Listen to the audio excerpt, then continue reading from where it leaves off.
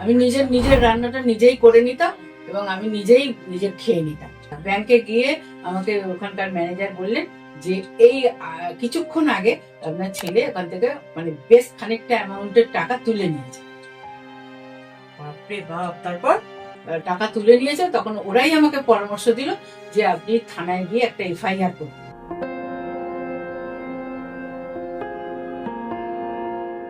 তখন আমি ওকে তার আগে 5 মিনিট আগে যখন এই ঘটনা ঘটেছিল তখন আপনার সঙ্গে আপনার পাশে কে কে ছিলেন? আমার পাশে আমার মেয়ে জামাই ছিল। মানে তখনও আপনি আপনার ভাসুরকে বা ওনার পরিবারকে ইনভলভ করেননি? না, ইনভলভ করিনি। তখন ওনারা জানতেন না, না? একটু ফোনে জানিয়েছিলাম, কিন্তু ওনাদের কোনো আসবার কথা বা কোনো কিছু বলিনি। আচ্ছা, হ্যাঁ, আমার মেয়ে জামাই ছিল আমার সাথে। মানে আপনি ওদের বাড়িতেই থাকতেন, মেয়ে জামাইয়ের কাছে? হ্যাঁ, মেয়ে জামাই ছিলেন ওই সময়টাতে। হ্যাঁ। আচ্ছা, তো তারপর ব্যাংকে গেলাম, গিয়ে ওনারা বললেন যে এফআইআর করুন, নাহলে আপনি টাকা পাবেন না। আচ্ছা, তখন আমি পুলিশ স্টেশনে গেলাম। তার আধ ঘন্টা আগেও আমি ফোন করে বললাম যে তুই আমার টাকাটা ফেরত দে, আমার এই অ্যাকাউন্টে আমার টাকাটা ফেরত দে, কিন্তু ওরা দিয়ে রাজি হলো। আচ্ছা, হ্যাঁ, তখন আমি বাধ্য হয়ে থানায় গেলাম এবং থানায় গিয়ে আমি লিখিত করলাম, মানে কমপ্লেন করলাম। এমনি এফআইআর বা ডিজি কিছুই করিনি। তার মানে আপনি যেদিন ব্যাংকে গেলেন আপনার ডকুমেন্টস নিয়ে টাকা উইথড্র করার জন্য, হ্যাঁ। সেদিনই আপনি ব্যাংকে গিয়ে দেখলেন যে ওই মুহূর্তেই আপনার টাকা অন্য জায়গায় ট্রান্সফার হয়েছে? হ্যাঁ, মানে আপনার ছেলের স্ত্রীর অ্যাকাউন্টে সেটা তুলে নিয়েছে। মানে আপনার ছেলে তার স্ত্রীকে ওগুলো ট্রান্সফার করেছে। তো সেগুলো আপনার সঙ্গে আলোচনা না করে কোনো রকম আলোচনা করেনি। বুঝতে পেরেছি। সেদিনই ওটা আপনি জানতে পারলেন? হ্যাঁ, সেদিনই জানতে পারলাম। এবং ওই কাজটা কি আপনি যেদিন ব্যাংকে গেছিলেন সেদিনই করেছিল, নাকি তার আগে থেকেই সব তার ওয়াইফের নামে ট্রান্সফার করে রেখে? একটা বেসরকারি ব্যাংকে ট্রান্সফার করেছে সবকিছু, সেটাও আমি জানতে পারিনি। আর এই ব্যাংকে আরেকটা ব্যাংকে গিয়ে দেখলাম যে তার কিছুক্ষণ আগে সে তার ওয়াইফের নামে ওই টাকাটা, বেশ কিছু অ্যামাউন্টের টাকা সে তার ওয়াইফের নামে করে নিয়েছে। তার মানে আপনার অ্যাকাউন্টে টাকা সেরকম ছিল না? কিছুই ছিল না। কিছুই ছিল না, মানে সবই তাহলে সরিয়ে দিয়েছে? সবই দিয়েছে। আচ্ছা, আচ্ছা। তো তারপর আপনি যেটা বললেন আপনার মেয়ে এবং মেয়ের হাজবেন্ডকে নিয়ে আপনি পুলিশ স্টেশনে গিয়েছিলেন, পুলিশের কাছে আপনি রিটেন করেছিলেন যে আমার এরকম লিখিত কমপ্লেন করেছিলেন। আচ্ছা, তো তারপর কি হলো? মানে তারপর পুলিশ ওকে ডাকলো, আমার ছেলেকে ডাকলো। তখন ও বললো আমি এখন বাইরে আছি, আমি এখন যেতে পারবো না। তারপরে আরেকটা ডেট দিই, সেই ডেটে ও এলো। আসার পরে কিন্তু আপনি যে পুলিশের কাছে গেলেন, তো তার আগে আপনি কি ছেলেকে বলেছিলেন যে এই যে জিনিসগুলো সরানো হয়েছে বা এরকম কিছু? হ্যাঁ, বলেছি। কেন সরিয়েছিস বলেছিলাম, এবং আমার অ্যাকাউন্টে ট্রান্সফার করে দে, এটাও বলেছিলাম। তো সে করতে রাজি হলো। তখন আপনি পুলিশকে ইনফর্ম করলাম।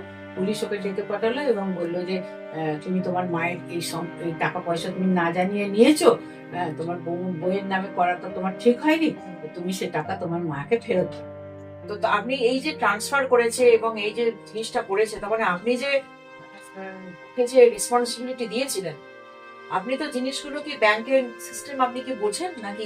না, আমি একদমই কিছু বুঝি না। আচ্ছা, হ্যাঁ, আমি একদমই কিছু বুঝি না, সেই জন্য আমি ওকে অথরাইজড লেটার দিয়েছিলাম, কিন্তু আমাকে না জানিয়েই কাজটা করেছে। মানে এটার আপনার বলছেন যে সুযোগটা নিয়েছে। আচ্ছা, আচ্ছা, বুঝতে পেরেছি। তো সুযোগের যেটা ব্যবহার করা, তো এইভাবে আপনাকে মানে ইউজ করেছে, টাকা পয়সা তাদের অ্যাকাউন্টে, তার ওয়াইফের অ্যাকাউন্টে ট্রান্সফার করেছে। তো সেই থেকে তো তারপর পুলিশের কাছে এসে তারপর কি আপনার ছেলে রিটার্ন করেছে টাকা পয়সা? হ্যাঁ, কিছু করেছে। এখনো পুরোটা না, পুরোটা 1 বছর, মানে খানিকটা একবার 1 বছর পরে দেবে। তো আপনার হাতে এখনো টাকা, নিজের টাকায় এখনো আপনি চালাতে পারছেন না? এখনো আমি চালাতে পারছি না।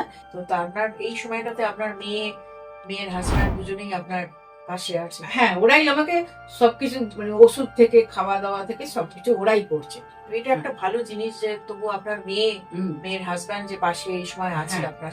তো তারপর আপনি কলকাতায় ঘটনাটা জানান আপনার ভাসুরকে? কলকাতায় ফোনে জানিয়েছি। খুব কঠিন পরিস্থিতির মধ্যে দিয়ে মানে আপনি গেছেন। হ্যাঁ, এবং আপনি এখন আপনার নিজের বাড়িতে কি যান মাঝে মাঝে? হ্যাঁ, বাড়িতে গেছিলাম, 1 মাস ছিলাম, আবার আমি এখন মেয়ের কাছে চলে। এবং ওদের ব্যবহার কিরকম আপনার প্রতি এখন? ওনারা কি চেঞ্জ হয়েছে নাকি সেই একই রকম ভাবে আপনার সঙ্গে দুর্ব্যবহার করে? না, ওরা আমার সাথে কোনো কথাবার্তা বলে না। আচ্ছা, বুঝতে পেরেছি। তো আপনার ভবিষ্যতে ইচ্ছাটা কি, মানে আপনার ছেলে যদি কোনো সময় যদি তার যদি কোনো অনুশোচনা আসে বা সে যদি তার নিজের ভুল বুঝতে পারে, যদি আপনার কাছে সে এসে সে অ্যাপোলজি চায়, তো আপনার কি ইচ্ছে, মানে ছেলের সঙ্গে আবার থাকবেন আগের মতন, নাকি আপনি কিভাবে না, আমার আপনি ইচ্ছা কিছু নেই ভেবেছেন ওদের এইসব সাথে নিয়ে? থাকার। আমি ওদের সঙ্গে আর কোন রকম ভাবে একত্রে খাওয়া এবং কোন রকম টাকা পয়সার ওদের মানে ইয়ে করার সেটা করব, আমার সেটাই ইচ্ছা নেই একদম।